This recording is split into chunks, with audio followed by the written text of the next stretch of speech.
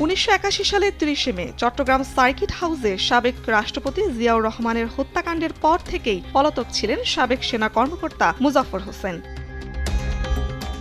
হত্যাকাণ্ডের পর প্রায় 15 বছর ভারতে আত্মগোপনে ছিলেন। সেখানে তিনি বিপ্লব সরকার ও জয় ব্যানার্জি নামে দুটি ছদ্মনাম ব্যবহার করেন। 1996 সালে দেশে ফিরে এলেও নিজের প্রকৃত পরিচয় প্রকাশ করেননি। মুজাফফর প্রথমে জাতীয় রক্ষী বাহিনীতে কমিশন পান, পরে 24 পদাতিক ডিভিশনে কর্মরত ছিলেন। সাবেক রাষ্ট্রপতি জিয়াউর রহমানের হত্যা মামলার বিচার শেষে তাকে মৃত্যুদণ্ড দেয়া হয়, কিন্তু রায় কার্যকরের আগেই তিনি পালিয়ে যান এবং প্রায় 4.5 দশক আইন শৃঙ্খলা বাহিনীর চোখ ফাঁকি দিয়ে আত্মগোপনে ছিলেন।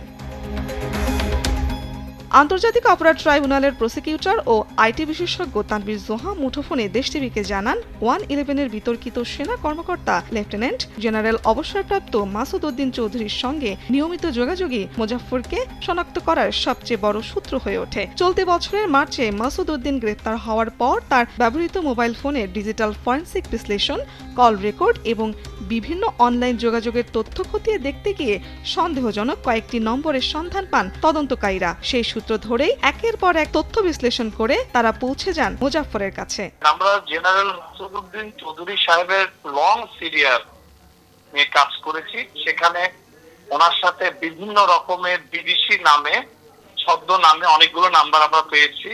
সেই নাম্বারগুলো ট্রেস আউট করতে গিয়ে ওনার সম্পর্কটা প্রাথমিকভাবে আমরা জানতে পেরেছি। পরবর্তীতে আমি আইন শৃঙ্খলা বাহিনীকে এটা ইনফর্ম করি এবং একই সিরিয়ার অন্যান্য গোয়েন্দা সংস্থারাও পেয়েছে, তারাও ওয়ার্কআউট করেছে।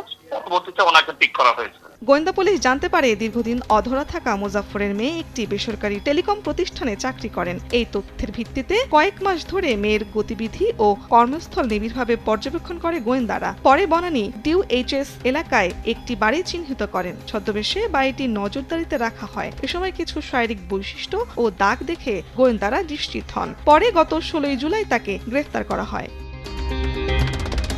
রাষ্ট্রপতি জিয়াউর রহমানের হত্যাকাণ্ডের পর 18 জন সেনা কর্মকর্তার বিরুদ্ধে সামরিক আদালত বিচার হয়েছিল। 18 জনের মধ্যে 13 জনকে মৃত্যুদণ্ড এবং 5 জনকে বিভিন্ন মেয়াদের কারাদণ্ড দেওয়া হয়েছিল।